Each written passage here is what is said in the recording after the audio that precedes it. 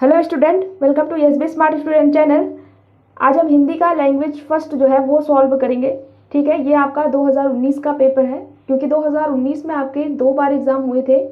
एक बार जुलाई में हुआ था और एक बार दिसंबर में हुआ था, तो ये दिसंबर 2019 का पेपर है। ठीक है, हम इसको सॉल्व करेंगे। ये भी आपका पेपर 2019 में ऑफलाइन ही हुआ था, क्योंकि आपका पेपर 2011 से 2019 तक का ऑफलाइन हुआ था, उसके बाद ऑनलाइन हुआ, फिर 2023 से 2024 में आपका ऑफलाइन होने लगा है। ठीक है, तो ये ऑफलाइन पेपर है, इससे हमें ये एनालाइज होगा, हमें पेपर का स्तर, ये सारी चीज़ें लेवल पता चलेगा कि कैसे क्वेश्चन आपके पूछे जाते हैं। ठीक है, तो ये पूरा आपका ऑफिशियल पेपर है, हम इसको सॉल्व करेंगे, साथ में समझेंगे। और इसी तरह का एग्जाम अभी आपका जो दिसंबर में होने वाला है, इसी तरह का एग्जाम आपका होगा। ठीक है, पहले हम पैसेज को सॉल्व करेंगे 15 नंबर का, उसके बाद 15 नंबर की पेडागोजी भी साथ में समझेंगे। ठीक है, तो ये आपका देखिए पेपर है।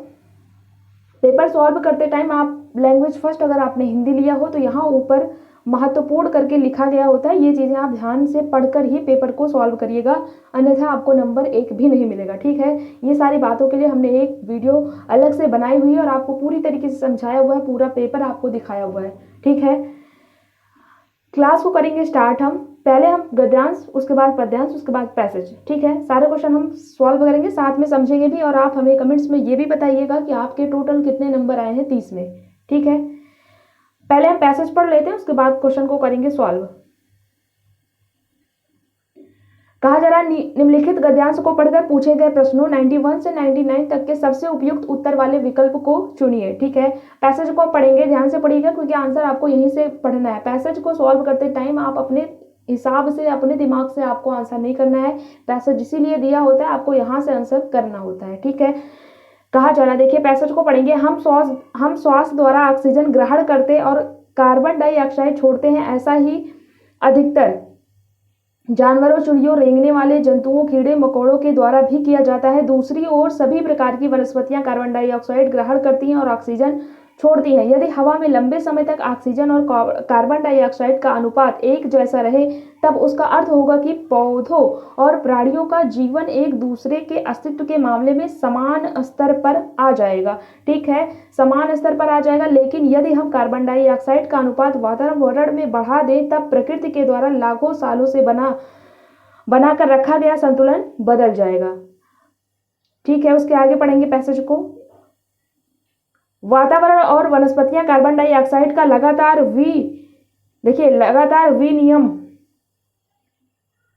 विनिमय करती रहती हैं। वातावरण से वह वनस्पतियों में जाती हैं। जब वनस्पतियां सड़ने लगती हैं, तब उनमें से कार्बन डाइऑक्साइड निकलकर पुनः वातावरण में समा जाती हैं। वनस्पतियां इस प्रकार कार्बन डाइऑक्साइड वसंत और ग्रीष्म ऋतु में ग्रहण करती हैं, और जब वे सर्दियों में नष्ट होने लगती हैं, तब उसे छोड़ती हैं। इस प्रकार वातावरण में मौजूद कार्बन डाइऑक्साइड की मात्रा में मौसम फर्क होता है। ठीक है, तो इस पूरे पैसेज में आपने देखा होगा कार्बन डाइऑक्साइड और ऑक्सीजन के बारे में बात कही गई है। ठीक है, अब देखते हैं, हम समझते हैं और क्वेश्चन को करेंगे, और क्वेश्चन का आंसर हमें पैसेज से ही देना है। ठीक है, पहला क्वेश्चन है आपका, ये पैसेज से ही है क्वेश्चन। कहा जा रहा है वनस्पतियां जब सड़ने लगती हैं तो वातावरण को डैश मिलती है, ऑक्सीजन मिलती है या नाइट्रोजन या कार्बन डाइऑक्साइड या जैविक खाद। तो जैविक खाद तो बिल्कुल ही गलत हो जाएगा। अब 3 ऑप्शन में से आपको ढूंढना है। वनस्पतियां जब सड़ने लगती हैं तो वातावरण को क्या मिलता है, आपको ये बताना है। देखिए, इस गद्यांश में जो दिया गया उसके अनुसार वनस्पतियां जब सड़ने लगती हैं तो वातावरण को कार्बन डाइऑक्साइड मिलती है। वनस्पतियां इस प्रकार हमारे कार्बन डाइऑक्साइड में जो है वसंत और ग्रीष्म ऋतु में ग्रहण करती हैं, और जब वे सर्दियों में क्या होता है, नष्ट होने लगती है, तब उसे छोड़ती हैं। देखिए, ये ग्रीष्म ऋतु आपने पैसेज में देखिए पढ़ा होगा। ये देखिए यहाँ पे बताया जा रहा है, देखिए यहाँ पे, ये जब वनस्पतियां सड़ने लगती हैं तब उनमें से कार्बन डाइऑक्साइड निकलकर पुनः वातावरण में समा जाती है। ठीक है, तो जब वनस्पतियां सड़ने लगती है तब हमें क्या मिलता है, कार्बन डाइऑक्साइड। ठीक है, कार्बन डाइऑक्साइड, ये पैसेज में ही आपको आंसर करना है, खुद से कहीं दिमाग नहीं लगाना है। ठीक है, आपको कुछ भी नहीं आता, लेकिन पैसेज अगर आपने ध्यान से पढ़ा है तो आप आंसर निकाल पाओगे। आपको यहाँ तक जाना था कि वनस्पतियां जब सड़ने लगती हैं, तो जब वनस्पतियां सड़ने लगती हैं तब उनमें से कार्बन डाइऑक्साइड आपका निकलकर पुनः वातावरण में समा जाता है। तो आपसे यही पूछा था कि जब वनस्पतियां सड़ने लगती हैं तो वातावरण को क्या मिलता है, कार्बन डाइऑक्साइड। तो इसका आंसर क्या होगा, फर्स्ट।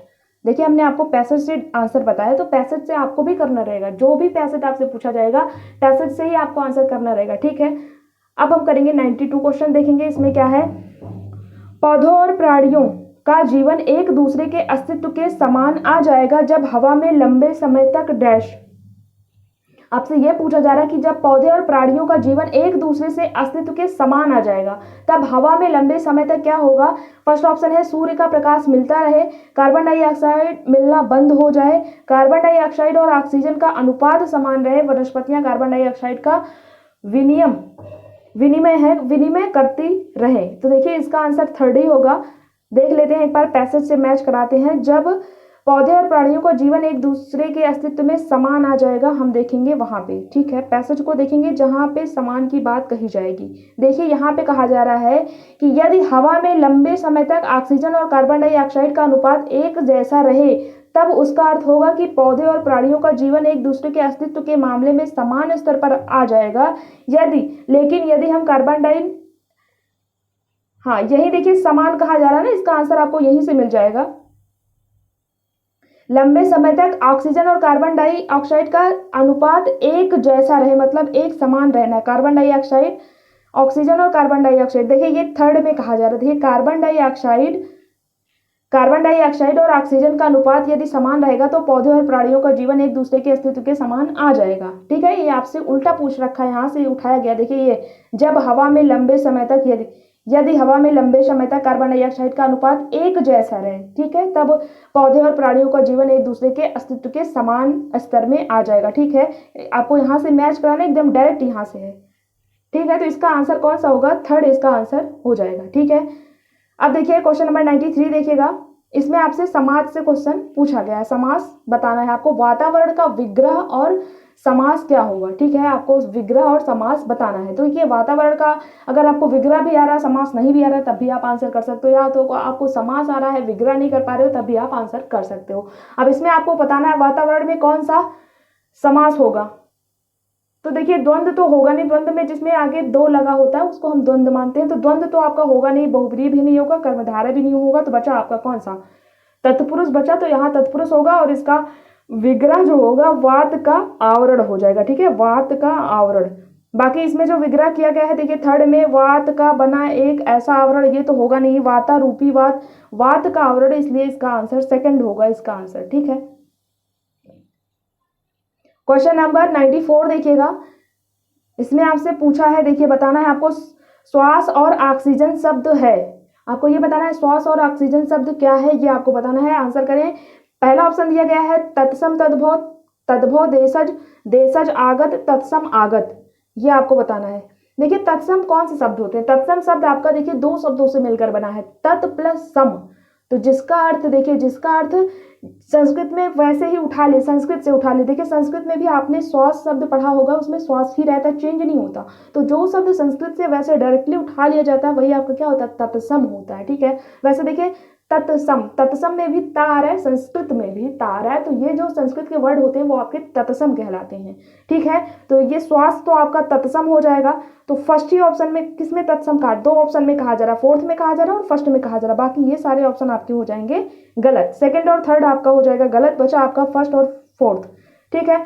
अब इसमें देखिए ऑक्सीजन शब्द क्या है आपका, तद्भव है। देखिए ऑक्सीजन शब्द ऐसा, देखिए ऑक्सीजन ये आपका बाहर से आया हुआ शब्द है ऑक्सीजन, ठीक है। तो इसका आंसर होगा फोर्थ, ठीक है। तत्सम और आगत हो जाएगा।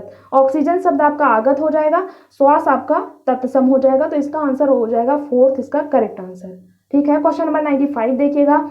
ये भी आपको देखिए पैसेज से ही करना है। लंबे समय तक पद व्याकरण की दृष्टि से क्या है ये आपको बताना है। लंबे समय तक ये क्या है आपको बताना है, संज्ञा है, सर्वनाम है, विशेषण है या क्रिया विशेषण है। आंसर करें आप।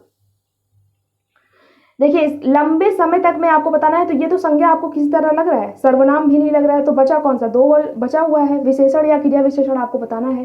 तो देखिए इसमें केवल विशेषण, कहीं आपको केवल विशेषण दिख रहा है, आपको देखिए लंबे समय तक दिख रहा है ना, तो ये आपका क्रिया विशेषण होगा। कैसे, जिन शब्दों से क्रिया की विशेषता का पता चलता है उन्हें क्या कहते हैं, हम क्रिया विशेषण कहते हैं, ठीक है। जैसे हम एग्जाम्पल ले लें, वह धीरे धीरे चलता है, तो इस वाक्य में चलता जो हो जाएगा वो आपकी क्रिया होगी, लेकिन जो धीरे धीरे लगा हुआ है वो आपकी विशेषता हो जाएगी। तो इसीलिए जो इस प्रश्न में दिया गया है लंबे समय तक, इसमें जो है क्रिया विशेषण के कालवाचक, काल में देखिए समय तक कहा गया है ना, तो कालवाचक रूप को इंगित करता है। तो इस वाक्य में जो है ये क्रिया विशेषण हो जाएगा लंबे समय तक में, इसका आंसर हो जाएगा फोर्थ। ठीक है, क्रिया विशेषण।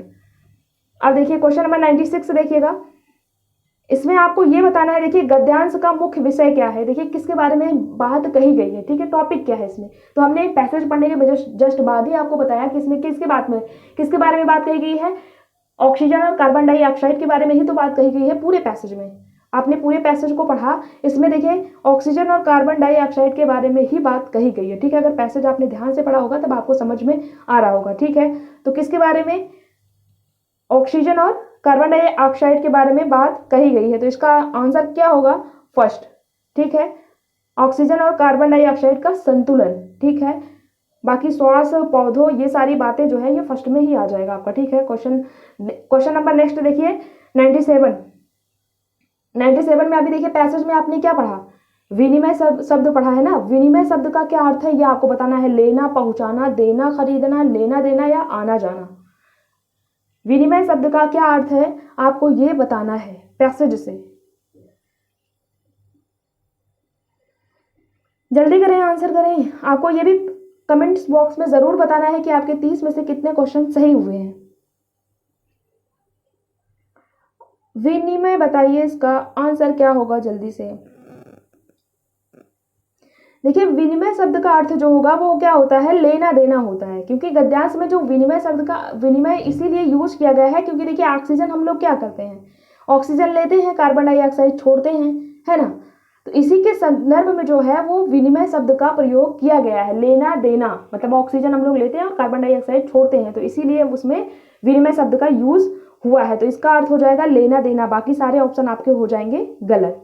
ठीक है, क्वेश्चन नंबर 98 देखिएगा, इसमें कहा जा रहा है हम सांस के साथ ऑक्सीजन छोड़ते हैं और ग्रहण करते हैं, ऑक्सीजन लेते हैं और कार्बन डाइऑक्साइड छोड़ते हैं, कार्बन डाइऑक्साइड लेते और छोड़ते हैं, कार्बन डाइऑक्साइड लेते और ऑक्सीजन छोड़ते हैं। ये आपको बताना है आप क्या लेते हो, इसका आंसर तो खुद भी कर सकते हो। हम सांस के साथ क्या लेते हैं, ऑक्सीजन लेते हैं ना, और क्या छोड़ते हैं, कार्बन डाइऑक्साइड। कार्बन डाइऑक्साइड को छोड़ते हैं और बदले में ऑक्सीजन गैस, क्या इसका आंसर क्या होगा, इसका आंसर देखिए फर्स्ट में कहा जा रहा था ऑक्सीजन छोड़ते और ग्रहण करते हैं, तो छोड़ते और ग्रहण दोनों ऑक्सीजन नहीं करते, हम ऑक्सीजन लेते हैं और कार्बन डाइऑक्साइड छोड़ते हैं। थर्ड में कहा जा रहा है कार्बन डाइऑक्साइड लेते हैं और छोड़ते हैं, तो ये भी आपका गलत हो जाएगा, ये भी आपका गलत हो जाएगा। आप कार्बन डाइऑक्साइड थोड़ा ना लेते हो, आप ऑक्सीजन लेते हो ना, तो इसका आंसर क्या होगा, सेकंड होगा, सेकंड लगा रहे हैं, बोल रहे हैं थर्ड, सेकंड होगा इसका आंसर। ठीक है, ऑक्सीजन लेते हैं और कार्बन डाइऑक्साइड छोड़ते हैं। ठीक है, ये पैसेज में भी बात कही गई है, आपको नहीं आ रहा हो तो पैसेज जाके पढ़िए ध्यान से। क्वेश्चन नंबर 99 देखिएगा, इसमें कहा जा रहा है कि ऑक्सीजन ग्रहण करने में अधिकांश जीवधारी का स्वभाव मानव से भिन्न है, मानव के विपरीत है, मानव की तरह है, विचित्र प्रकार का है, ये आपको बताना। देखिए ये इसका आंसर आपने एक क्वेश्चन आपसे और पूछा गया था, आपने किया था अभी जस्ट 92 वाला क्वेश्चन, देखिए इसमें भी यही पूछा गया था। इसमें अगर 92 वाला क्वेश्चन आपने समझा होगा तो इसका भी वही आंसर है, वहां से ही आपको आंसर मिल जाएगा। ऑक्सीजन ग्रहण करने में अधिकांश जीवधारियों का स्वभाव क्या होता है, मानव की ही तरह होता है। ठीक है, समान होता है। 92 में भी आपने वही समान का आंसर किया हुआ था। ठीक है, तो इसका आंसर थर्ड होगा। अगर आपने पैसेज ध्यान से पढ़ा होगा तब आपके सारे क्वेश्चन करेक्ट हुए होंगे। ठीक है, 99 हमने कर लिया।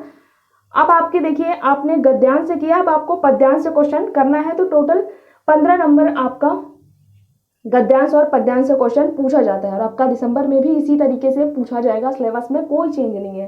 ठीक है, निम्नलिखित काव्यांश को पढ़कर पूछे गए प्रश्न संख्या 100 से 105 तक के सबसे उपयुक्त उत्तर वाले विकल्प को आपको चुनना है। पहले आपको काव्यांश, देखिए छोटा काव्यांश है, इसको पढ़कर इसी से आपको आंसर निकालना है, इसको साथ में समझना भी है, तभी आप आंसर निकाल पाओगे। ठीक है, आपको 100 से 105 तक करना है। काव्यांश को पढ़ेंगे और यहाँ से आपको आंसर करना है। देखिए, वह आता दो टूक कलेजे के करता, पछताता पथ पर आता, पेट पीठ दोनों मिलकर है एक, चल रहा लकुटिया टेक, मुट्ठी भर दाने को भूख मिटाने को, मुंह फटी पुरानी झोली को फैलाता, दो टूक कलेजे के करता, पछताता पथ पर आता। ठीक है, ये आपका काव्यांश है, यहाँ आपको आंसर करना है। ठीक है, 100 से 105 मतलब 5 से 6 क्वेश्चन आपको करने हैं काव्यांश से। तो टोटल आपके कितने क्वेश्चन हो जाएंगे? 15 नंबर की पैसेज और 15 नंबर की पेडागोजी आपकी हो जाएगी, जो हर बार ऐसे ही पूछा जाता है। सिलेबस आपका कोई चेंज नहीं है, प्रीवियस ईयर क्वेश्चन पेपर लगेंगे तो आपको सारा पेपर का पूरा लेवल समझ में आ जाएगा, स्तर समझ में आ जाएगा। तो प्रीवियस ईयर क्वेश्चन करने का, पीवाईक्यू करने का यही मतलब होता है। ठीक है, तो पीवाईक्यू पेपर जरूर लगाइए, प्रीवियस ईयर क्वेश्चन पेपर। हम आपको पीडीएफ भी टेलीग्राम चैनल पर दे देते हैं, आप पीडीएफ डाउनलोड करके अगर फोन में टाइमर लगा कर भी आप खुद से सॉल्व कर सकते हो। इससे आपकी प्रैक्टिस अच्छी होगी, बेहतरीन होगी। अगर आपने बहुत सारे मॉक टेस्ट लगाए हुए हैं लेकिन अगर अपने प्रीवियस ईयर क्वेश्चन पेपर नहीं लगाए हैं तो कोई मकसद नहीं है, कोई ज़रूरी नहीं है कि आपका क्वेश्चन मैच कर जाए। लेकिन अगर आपने प्रीवियस ईयर क्वेश्चन 10 पेपर भी लगाया हुआ है, 10 सेट भी लगाया हुआ है, तो ज़रूर आपका क्वेश्चन मैच करेगा। ठीक है, आपको समझ में भी आ जाएगा, आपका टाइम भी मैनेज हो जाएगा। अब देखिए क्वेश्चन देखेंगे यहाँ काव्यांश से जो भी पूछा गया है। फर्स्ट क्वेश्चन है, देखिए पेट पीठ दोनों मिलकर है एक, इसका कारण क्या हो सकता है? तो देखिए पेट पीठ, यहाँ देखिए भिक्षुक के बारे में बात कही गई है, जो बेचारा भूखा होता है। ठीक है, और कष्ट झेलता है। देखिए इसमें क्या पेट पीठ दोनों मिलकर है एक, इसका क्या कारण हो सकता है? सिकुड़ कर बैठना। तो सिकुड़ कर बैठना नहीं होगा, झुक कर चलना भी नहीं होगा, कुछ भी भोजन ना करना, भीख मांगने का नाटक करना। तो भीख मांगने का नाटक तो एकदम गलत हो जाएगा, इसका आंसर होगा थर्ड। ठीक है, कुछ भी भोजन ना करना, ये पेट पीठ दोनों मिलकर है एक, इसका कारण यही होगा। ठीक है, तो थर्ड इसका आंसर हो जाएगा। क्वेश्चन नंबर 101 देखिएगा, इसमें कहा जा रहा है कलेजे के दो टूक करना का आशय है। तो काव्यांश में जो आपसे कहा गया था कि कलेजे के दो टूक करना, इसका क्या आशय है? पहले ऑप्शन में कहा जा रहा है टुकड़े टुकड़े करना, तो टुकड़े टुकड़े करना यही नहीं होगा। मन को कष्ट पहुंचाना, दिल चीर फाड़ करना, ये नहीं हो रहा। कठिनाई पैदा करना, ये भी नहीं होगा। मन को कष्ट पहुंचाना, इसका मतलब हो जाएगा कलेजे के दो टूक करना। ठीक है, क्वेश्चन नंबर 102 देखिएगा, इसमें कहा जा रहा है भिखारी अपनी झोली को क्यों फैलाता है पैसेज में, ये आपको बताना है। तो भूख के लिए ही ना। फर्स्ट ऑप्शन है भूख मिटाने के लिए कुछ अन्न चाहता है। सेकंड में कहा जा रहा है झोली में कुछ छिपाना चाहता है, मुट्ठी भर अनाज दिखाना चाहता है, अपनी गरीबी के बारे में बताना चाहता है।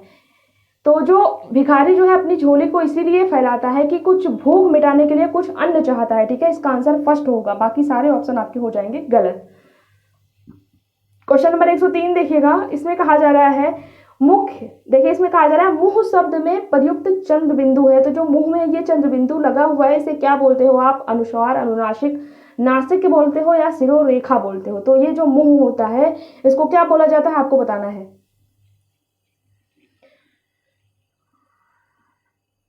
इस क्या बोला जाता है, इसका आंसर करो। जैसे चांद में ऊपर ऐसे बना रहता है ना, चांद लिखते हो तो ऐसे ऊपर बना रहता है, जो बिंदी होती है ऊपर, उसे क्या बोला जाता है? अनुनासिक बोला जाता है। तो ये प्योर फैक्ट है, इसमें क्या ही समझाना। ठीक है, इसे अनुनासिक बोला जाता है। जैसे चांद हो गया, मुंह हो गया, तो ये जो ऊपर चंद्र बिंदु लगा होता है इसे अनुनासिक बोला जाता है। क्वेश्चन नंबर 104 देखिएगा, काव्यांश में हमारे मन में उठने वाला मुख्य भाव है। कौन सा भाव आपके मन में उठ रहा है इस काव्यांश को पढ़ने के बाद? श्रृंगार का या हास्य का या करुणा का या वीरता का? तो इसमें वीरता का तो कहीं उठ ही नहीं रहा है, बेचारा भूखा है ना। और इसमें श्रृंगार का भी नहीं होगा, हास्य का भी नहीं होगा, होगा क्या आपका? करुणा होगा। ठीक है, क्योंकि जो काव्यांश है, काव्यांश में जो है वो करुणा की बात कही गई है, जो किसी गरीब के लिए मन में उठने वाले भाव को दर्शाता है। ठीक है, तो इसमें जो है करुणा की बात कही गई है, इसका आंसर होगा थर्ड। क्वेश्चन नंबर 105 देखिएगा, इसमें आपको बताना है वह आता में वह सर्वनाम किसका द्योतक हो सकता है, यह आपको बताना है। गांधी जी, अतिथि, भिक्षुक या विकलांग? तो जो ये पैसेज में वह शब्द यूज किया गया है, ये आपको पता है, जिसे ये पहली लाइन में कहा गया, देखिए आपसे ये वह आता। ठीक है, तो ये वह शब्द जो है वो किसके लिए द्योतक हो सकता है, ये आपको बताना है। तो देखिए इसमें गांधी जी तो होगा नहीं, एकदम कहाँ से ले गए हैं। अतिथि भी नहीं होगा, विकलांग भी नहीं होगा, बचा आपको क्या? भिक्षुक। तो इसका आंसर होगा भिक्षुक के लिए। ठीक है, इसका आंसर थर्ड, इसका करेक्ट आंसर होगा। क्योंकि दिए गए पद्यांश में एक गरीब और एक कमजोर भिक्षुक की बात कही गई है ना, जो लंबे अरसे से जो है भोजन से दूर होता है, इसी वजह से जो है उसके पेट और पीठ दोनों मिलकर एक हो गए हैं। ठीक है, इसका आंसर होगा थर्ड। क्वेश्चन नंबर 106 देखिएगा, अब आपके पेडागोजी के क्वेश्चन स्टार्ट हैं, पैसेज से क्वेश्चन खत्म हुए, 15 नंबर आपके हो गए। ठीक है, 15 नंबर आपके पेडागोजी से होंगे। क्वेश्चन को करेंगे स्टार्ट। देखिए क्या कहा जा रहा है, उच्च प्राथमिक स्तर पर भाषा सीखने का मुख्य उद्देश्य क्या है, ये आपको बताना है। देखिए लैंग्वेज पेपर 1 और पेपर 2 की दोनों की सेम ही आती है, कोई चेंज नहीं है कि पैडागोजी पेपर 1 के लिए अलग होगी, पेपर 2 के लिए अलग होगी। केवल एक थोड़ा सा चेंज क्या होता है, अगर पेपर 1 आप दे रहे हो तो उसमें प्राथमिक स्तर लिखेगा, और आप 6 to 8 सेकंड पेपर दे रहे हो तो उसमें उच्च प्राथमिक स्तर लिखेगा। बस इतना सा चेंज होता है, बाकी पैडागोजी में कोई भी चेंजेस नहीं है आपके। ठीक है, अब इसका आंसर आपको करना है कि भाषा सीखने का क्या उद्देश्य हो सकता है। पहला ऑप्शन है प्रश्नोत्तरी भाषण अंत्याक्षरी का मात्र आयोजन करना। तो देखिए केवल अंत्याक्षरी भाषण का मात्र लिख उठा है, इसलिए ये आपका होगा गलत। देखिए हम कैसे ऑप्शन को गलत काटते हैं, ये चीजें आप साथ में समझा करिए। ठीक है, एक वर्ड हम इसमें साथ में आपको टैग वर्ड भी पता चलता है। देखिए जहाँ पे मात्र लगा हुआ है इसलिए हम इसको गलत, मात्र मतलब केवल, तो केवल यही होगा, इसलिए गलत हो जाएगा। सेकंड में कहा जा रहा है भाषा की बारीकी और सौंदर्य बोध को सही रूप में समझना, तो ये बात तो ठीक लग रही है हमें। थर्ड में देखेंगे दूसरों के अनुभवों से जुड़कर सवालों के जवाब देना। इसमें ये वाला क्यों गलत होगा, क्योंकि इसमें क्या कहा जा रहा है कि दूसरे के अनुभवों से जुड़कर सवालों के केवल जवाब ही देना। फोर्थ में कहा जा रहा है निजी अनुभवों को केवल लिखकर अभिव्यक्त करना, तो केवल शब्द जहां लग जाता है ज्यादातर वो गलत ही होता है, ये हो जाएगा गलत। ठीक है, तो इस बचा ऑप्शन आपका सेकंड, तो सेकंड ही आपका राइट आंसर हो जाएगा। ठीक है, जिसमें बच्चा जो है एक्टिव भी रहेगा और बच्चे के हित में जो बात होगी वही ऑप्शन आपका करेक्ट होता है। क्वेश्चन नंबर 107 देखिएगा, इसमें कहा जा रहा है ज्ञान से संबंधित अन्य विषयों की समझ का विकास तथा उसे आनंद उठाने की क्षमता का विकास उच्च प्राथमिक स्तर पर भाषा सीखने का डैश आपको बताना है। ठीक है, फर्स्ट ऑप्शन है एकमात्र उद्देश्य है, एक महत्वपूर्ण उद्देश्य है, सर्वाधिक महत्वपूर्ण उद्देश्य है, सबसे कम महत्वपूर्ण उद्देश्य है। ये आपको देखिए ज्ञान से संबंधित अन्य विषयों की समझ का विकास, उसे आनंद उठाने की क्षमता का विकास, उच्च प्राथमिक स्तर पर भाषा सीखने का एकमात्र उद्देश्य है, क्या है ये आपको बताना है। आंसर करें जल्दी से आप।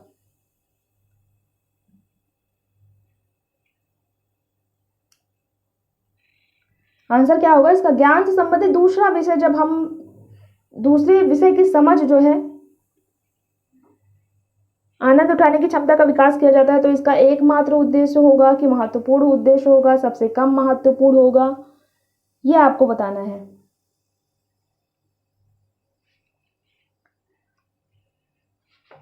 फर्स्ट ऑप्शन होगा, सेकंड, थर्ड, फोर्थ, इसका आंसर जरूर बताइएगा आप। चलो हम ही बता देते हैं,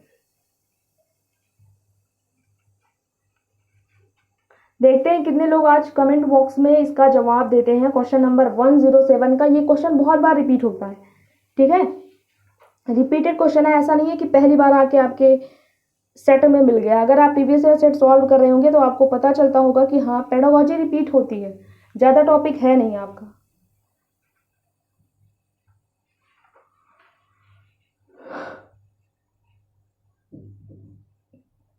देखिए ये सर्वाधिक महत्वपूर्ण उद्देश्य हो जाएगा।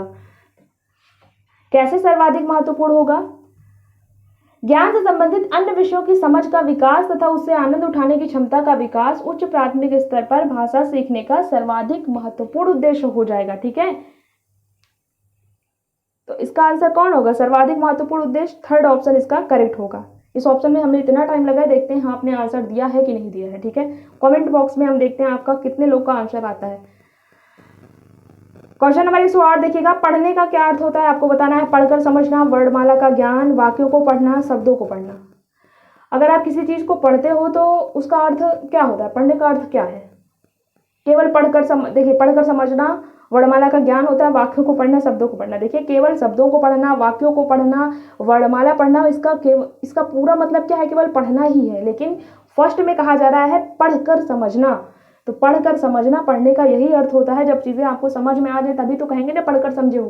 कोई भी एक, अब देखिए क्वेश्चन आपने पढ़ा, इसके पहले वाला क्वेश्चन जो हमने किया, आपने क्वेश्चन को पढ़ा होगा, समझा होगा, तभी तो आंसर कर पाओगे। केवल पढ़ लिया बस उसका आंसर ऐसे नहीं कर पाओगे जब तक उसको समझोगे नहीं। तो पढ़ने का अर्थ होता है पढ़कर समझना। ये आपसे बहुत बार क्वेश्चन पूछा गया है अलग अलग सेट में। क्वेश्चन नंबर 109 देखिएगा, ये इधर है 109। कविता में कई बार अभी भी का प्रयोग करके बातें रची गई हैं, बिना रुके चलने वाले किसी कार्य का भाव निकल रहा है या नहीं, प्रश्न डैश की ओर संकेत करता है, यह आपको बताना है। व्याकरणिक ज्ञान की, भाषा की बारीकी, व्याकरण की परिभाषा या भाषा संरचना। तो इसका आंसर होगा भाषा संरचना। ठीक है, फोर्थ इसका आंसर होगा। क्वेश्चन नंबर 110 देखिए। 110 में कहा जा रहा है कि उच्च प्राथमिक स्तर पर भाषा सीखने में पाठ्य पुस्तक के अतिरिक्त कौन सी संसाधन सामग्री सर्वाधिक महत्वपूर्ण है। कहा जा रहा है कि उच्च प्राथमिक स्तर पर भाषा सीखने में पाठ्य पुस्तक के अतिरिक्त, पाठ्य पुस्तक के अलावा कौन सा ऐसा संसाधन है जो आपके लिए महत्वपूर्ण हो सकता है भाषा सीखने में। पहला ऑप्शन है रेडियो नाटक, कविता पाठ, आयु अनुरूप साहित्य या समाचार पत्र। तो देखिए रेडियो नाटक तो होगा नहीं, कविता पाठ इसका होगा, सबसे बेस्ट आंसर इसका है समाचार पत्र, फोर्थ इसका आंसर हो जाएगा। ठीक है, इसमें यह कहा जा रहा था कि भाषा सीखने के लिए पुस्तक के अलावा और कौन से ऐसे संसाधन हैं जो भाषा सीखने में आपको मदद करेंगे, जो महत्वपूर्ण संसाधन है वो आपको बताना था। तो ये आपका समाचार पत्र होगा। ठीक है, समाचार पत्र भी पढ़ेंगे तो आपको भाषा सीखने में हेल्प मिलेगी। क्वेश्चन नंबर 111 देखिएगा। गणित, विज्ञान आदि विषयों की कक्षाओं में भी बच्चे भाषा सीखते हैं, यह विचार पूर्णतः सत्य है, पूर्णतः असत्य है, आंशिक रूप से सत्य है, निराधार है, यह आपको बताना है। क्वेश्चन नंबर 111 का आंसर करें। गणित, विज्ञान आदि विषयों की कक्षाओं में भी बच्चे भाषा सीखते हैं, यह विचार पूर्णतः आपका सत्य हो जाएगा। ठीक है, पूर्णतः सत्य हो जाएगा। क्यों? देखिए जब आप गणित पढ़ते हो, विज्ञान पढ़ते हो, आदि विषय की कक्षाओं में भी भाषा बच्चे सीखते हैं ना। भाषा तब भी तो आप सीखते हो, बिना भाषा के हम कैसे संचार कर सकते हैं, कम्युनिकेशन कैसे कर सकते हैं, संप्रेषण कैसे कर सकते हैं, बताइए। तो ये है, चाहे जो भी सब विषय आप पढ़ते हो तो उसमें भी आप लैंग्वेज सीखते हो, लैंग्वेज के द्वारा हम अपनी बातों को आपके द्वारा, देखिए हम पढ़ा भी रहे हैं तो भाषा के द्वारा ही आपको बता रहे हैं। ठीक है, चाहे जो सब्जेक्ट हो, आप मैथ पढ़ते हो तब भी भाषा के द्वारा ही बताया जाता है। तो ये पूर्णतः सत्य हो जाएगा। ठीक है, फर्स्ट ऑप्शन इसलिए आपका होगा करेक्ट, बाकी सारे ऑप्शन आपके होंगे गलत। 112 देखिएगा।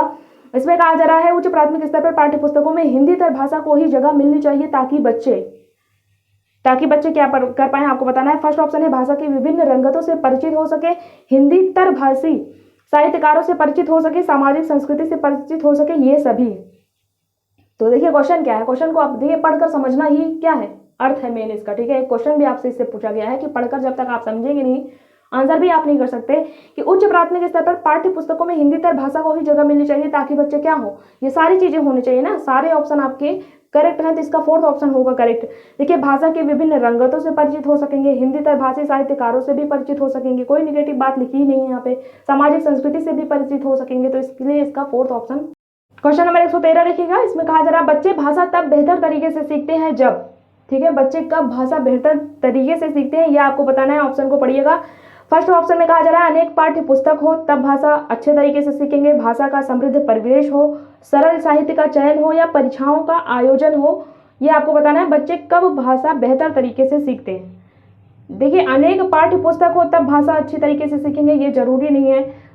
सेकंड में कहा जा रहा है कि भाषा का समृद्ध परिवेश हो, तो देखिए इन्वायरमेंट जो होता है वहां से भाषा बच्चा अच्छे से सीख सकता है, तो इसका आंसर होगा सेकंड।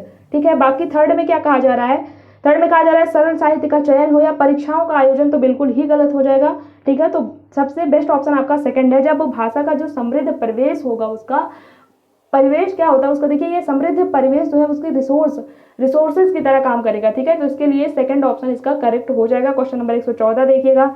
इसमें कहा जा रहा है उच्च प्राथमिक स्तर पर भाषा आकलन की दृष्टि से सर्वाधिक महत्वपूर्ण है।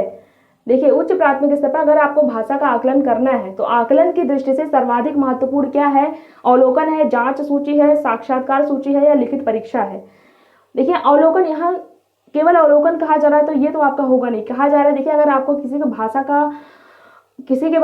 को भाषा का स्तर आपको जांचना है, ठीक है, आकलन की दृष्टि से, तो सर्वाधिक महत्वपूर्ण क्या होगा, केवल अवलोकन होगा। ठीक है, अवलोकन से हम बेहतरीन तरीके से नहीं कर सकते हैं, ठीक है, उसका आकलन, तो अवलोकन नहीं होगा, जांच सूची भी नहीं होगी, साक्षात्कार मतलब इंटरव्यू, जो दो लोग बैठ के इंटरव्यू दिया जाता है वो होता है, तो ये होगा नहीं। लिखित परीक्षा जब होगी तब हम यहाँ जो है उसका भाषा स्तर सर्वाधिक महत्वपूर्ण होगा। लिखित परीक्षा में क्या होगा, जब बच्चा लिखेगा, तो जब लिखेगा तो क्या होता है, उसके हम भाव को, सारी चीजों को हम उसका आकलन कर पाएंगे। ठीक है, तो ये इसका आंसर यहाँ पे फोर्थ होगा। क्वेश्चन नंबर 115 देखिएगा। 5 क्वेश्चन आपके और बचे हुए हैं। द्वितीय भाषा की पाठचर्या का एक लक्ष्य है प्राकृतिक भाषा ज्ञान में अर्जित दक्षता के अनुरूप डैश दक्षता प्राप्त करना। फर्स्ट ऑप्शन है उच्च, दूसरा है सर्वोच्च, तीसरा ऑप्शन है औसत और फोर्थ आपका बुनियादी दिया गया है। कहा जा रहा है जैसे जो द्वितीय भाषा की पाठचर्या का क्या लक्ष्य है कि प्राकृतिक भाषा ज्ञान में अर्जित दक्षता के अनुरूप दक्षता प्राप्त करना। जब आप कोई भी द्वितीय भाषा की पाठचर्या जब आप सीखते हो, तब जो आपकी प्राथमिक भाषा होती है, जो पहली भाषा होती है, वो क्या होती है? बुनियादी भाषा। वो जो है दूसरी भाषा में क्या होती है? सहायता करती है। तो ये आपका बुनियादी होगा, फोर्थ ऑप्शन इसका करेक्ट होगा। बाकी सारे ऑप्शन आपके हो जाएंगे गलत। क्वेश्चन नंबर 116, क्वेश्चन नंबर 116 देखिएगा, इस कौशल से क्वेश्चन पूछे गए हैं। भाषा के विभिन्न कौशलों को रूप में पढ़ने की अनुशंसा की जाती है, क्रमिक रूप में कि एकीकृत या उच्च या निम्न में। तो भाषा के 4 कौशल होते हैं, कौन कौन से? सुबोपली, सुनना, सुबोपली। देखिए भाषा के 4 कौशल होते हैं। सुबोपली कैसे लिखे जा रहा है, देखिए सुबोपली, सुनना, बोलना, पढ़ना, लिखना। ठीक है, ये तो चारों एक क्रम में सीखने की अनुशंसा की जाती है। पहले आप सुनोगे, फिर बोलोगे, फिर पढ़ोगे, फिर क्या करोगे? लास्ट में क्या करोगे? लिखोगे। तो सुनना, बोलना, पढ़ना, लिखना, ये आपके 4 कौशल हैं। तो चारों एक क्रम में पढ़ने की अनुशंसा की जाती है। इसका आंसर हो जाएगा फर्स्ट। यह आपकी लैंग्वेज सेकंड में भी क्वेश्चन पूछा जाता है, लैंग्वेज फर्स्ट में भी क्वेश्चन पूछा जाता है। इसका आंसर होगा फर्स्ट। सुनना, बोलना, पढ़ना, लिखना, ये चारों एक क्रम में पढ़ने की अनुशंसा की जाती है। क्वेश्चन नंबर 117 देखिएगा, व्याकरण शिक्षण की कौन सी विधि अपेक्षाकृत प्रभावी है? ये आपको बताना है। आगमन विधि, निगमन विधि, सूत्र विधि, पाठ्य पुस्तक विधि। तो कौन सी प्रभावी विधि है? चारों विधि में से आपको बताना है। देखिए आगमन में क्या होता है? पहले उदाहरण फिर नियम बताए जाते हैं, और निगमन में पहले नियम फिर उदाहरण बताए जाते हैं। सूत्र विधि में डायरेक्ट सूत्र। पाठ्य पुस्तक विधि पाठ्य पुस्तक विधि होती है। तो सबसे बेहतरीन जो विधि है आपकी वो फर्स्ट ही है। आगमन में पहले हम क्या उदाहरण बताते हैं, उसके बाद नियम पर आते हैं। लेकिन निगमन में क्या होता है? पहले नियम बताते हैं, फिर उदाहरण पे जाते हैं। तो सबसे जो अपेक्षाकृत प्रभावी विधि है वो आपकी आगमन विधि है। फर्स्ट आपका आंसर होगा। क्वेश्चन नंबर 118 देखिए, उच्च प्राथमिक स्तर पर भाषा की पाठ्यपुस्तक में रक्त और हमारा शरीर पाठ शामिल करने का विचार डैश से जुड़ा हुआ है, यह आपको बताना है। तो ये रक्त और हमारा शरीर, यह आपको बताना है किस विचार से जुड़ा हुआ है? विषयों की विभिन्न भाषाओं, संपूर्ण पाठ्यचर्या में भाषा, हिंदी भाषा के विभिन्न रंगतों या विज्ञान संबंधी शब्दावली। तो रक्त और हमारा शरीर, ये तो आपका विज्ञान संबंधी शब्दावली, फोर्थ वाला ऑप्शन इसका करेक्ट हो जाएगा। ठीक है, बाकी सारे ऑप्शन आपके हो जाएंगे। क्वेश्चन नंबर 119 देखिएगा, त्रिभाषा फॉर्मूले से क्वेश्चन पूछा गया है। त्रिभाषा फार्मूला भारत की डैश की चुनौतियों और डैश को संबोधित करने का एक प्रयास है, आपको बताना है। फर्स्ट ऑप्शन है संस्कृति, समाधान या समस्याओं, अवसरों, भाषा स्थिति, संस्कृति या भाषा स्थिति, अवसर। ये 4 ऑप्शन है, आपको इसमें से आंसर बताना है। तो त्रिभाषा फॉर्मूला जो है ये भारत की क्या है? भारत की भाषा स्थिति और संस्कृति। इसका आंसर होगा थर्ड। ठीक है, कैसे होगा? देखिए ये जो त्रिभाषा सूत्र है ये भारत में एक शिक्षण से संबंधित नीति है, जो भारत सरकार द्वारा राज्यों से विचार विमर्श करके बनाई गई है। ठीक है, ये 1986 की शिक्षा नीति में स्वीकार किया गया था। ठीक है, तो त्रिभाषा फॉर्मूला भारत की जो है ये भाषा स्थिति बताती है और संस्कृति को संबोधित करने का एक प्रयास है। तो इसका आंसर होगा थर्ड। ठीक है, क्वेश्चन नंबर 120 देखिएगा, लिखने की क्षमता का विकास बोलने, सुनने और पढ़ने की क्षमता की संगति में होना चाहिए, यह विचार। 120 का आंसर करें, यह विचार पूर्णतः सत्य है, पूर्णतः सत्य है, आंशिक रूप से सत्य है या पूर्णतः निराधार है? तो लिखने की क्षमता का विकास बोलने और सुनने की, पढ़ने की क्षमता की संगति में होना चाहिए, यह विचार आंशिक रूप से आपका सत्य है। ठीक है, इसका आंसर होगा आंशिक रूप से सत्य है, थर्ड इसका आंसर होगा। कहा जा रहा है लिखने की क्षमता का विकास बोलने, पढ़ने और विचार, सुनने और पढ़ने की क्षमता की संगति में होना चाहिए। तो यह आंशिक रूप से सत्य है, ये पूरा सत्य नहीं है, क्योंकि चारों कौशल आपस में क्या होते हैं? अंतः संबंधित होते हैं। जब आप लिखते हो, देखिए लिख कर तब भी उसमें बोलते हो, उसमें बोलना शामिल होता है ना। तो ये जरूरी नहीं है कि एक क्रम से ही सीखा जाए, ये चारों अंतः संबंधित होते हैं। लेकिन जब आपसे क्रम ही पूछा जा रहा है, केवल क्रम पूछा जाए तो आप क्रमिक लगा सकते हो, लेकिन ये चारों क्या होते हैं? अंतः संबंधित होते हैं। तो एकीकृत में सीखे जाते हैं ना, एकीकृत में सीखे जाते हैं। लेकिन यहाँ पे जो इसका देखिए 116 में देखिए आपने इसका फर्स्ट आंसर लगाया हुआ था, फर्स्ट। तो इसकी अनुशंसा की जाती है क्रमिक रूप में। सुबोपली जो होता है, सुनना होता है, सुबोपली सुनना, बोलना, पढ़ना, लिखना, ऐसे इसका क्रम होता है। लेकिन जो है ये आंशिक रूप से सत्य है, क्योंकि चारों आपस में जब आप लिखते हो तो केवल लिखते ही नहीं हो, आपके दिमाग में विचार होते हैं। तो जब पढ़ते हो तो देख कर पढ़ते हो ना, तो उसमें चारों जो है, चारों कौशल आपस में एकीकृत वे में सीखे जाते हैं। ठीक है, तो ये डिपेंड करता है कि क्वेश्चन आपसे किस तरीके से पूछा जाता है, क्वेश्चन को समझकर तब आपको आंसर करना होता है, ठीक है। तो इसका आंसर आंशिक रूप से सर थर्ड इसका आंसर होगा। ये 2019 दिसंबर का क्वेश्चन पेपर था, आपने सॉल्व करा, समझा। इसके पहले हमने CDP 2019 का भी सेट सॉल्व किया था, ठीक है। इसके बाद हम दूसरा सेट सॉल्व करेंगे। अगर इस क्वेश्चन में आपको कोई भी क्वेश्चन समझ में ना आया हो तो कमेंट्स बॉक्स में ज़रूर पूछेगा, ठीक है। और हमने एक प्लेलिस्ट स्टार्ट की है, सारे प्रीवियस ईयर क्वेश्चन हम साथ में लगवाते हैं, उसका लिंक आपको नीचे डिस्क्रिप्शन बॉक्स में मिल जाएगा, वहाँ से जाके प्लेलिस्ट जरूर चेकआउट करिएगा। हमने CDP भी पढ़ा हुआ है, अगर आप सीटेट की तैयारी करना चाहते हैं तो प्लेलिस्ट जाके जरूर चेकआउट करिएगा। हमने EVS पूरी तरीके से कंप्लीट खत्म किया हुआ है, हम साइंस भी पढ़े हुए हैं, CDP भी पढ़े हैं, और सारे क्वेश्चन टॉपिक पढ़ने के बाद जस्ट तुरंत हमने क्लास में लगवाया हुआ है, ठीक है। अब दूसरी क्लास में हम दूसरा सेट सॉल्व करेंगे, इसी तरीके से हम सारा प्रीवियस ईयर क्वेश्चन सॉल्व कर लेंगे, ठीक है। अगर इसकी आपको PDF चाहिए तो PDF आपको टेलीग्राम चैनल पे मिल जाएगा, ठीक है। PDF का लिंक आपको टेलीग्राम पे मिलेगा, टेलीग्राम का लिंक आपको नीचे डिस्क्रिप्शन बॉक्स में मिल जाएगा, वहाँ से जाके आप टेलीग्राम पे PDF डाउनलोड करके खुद से प्रैक्टिस कर सकते हो, ठीक है।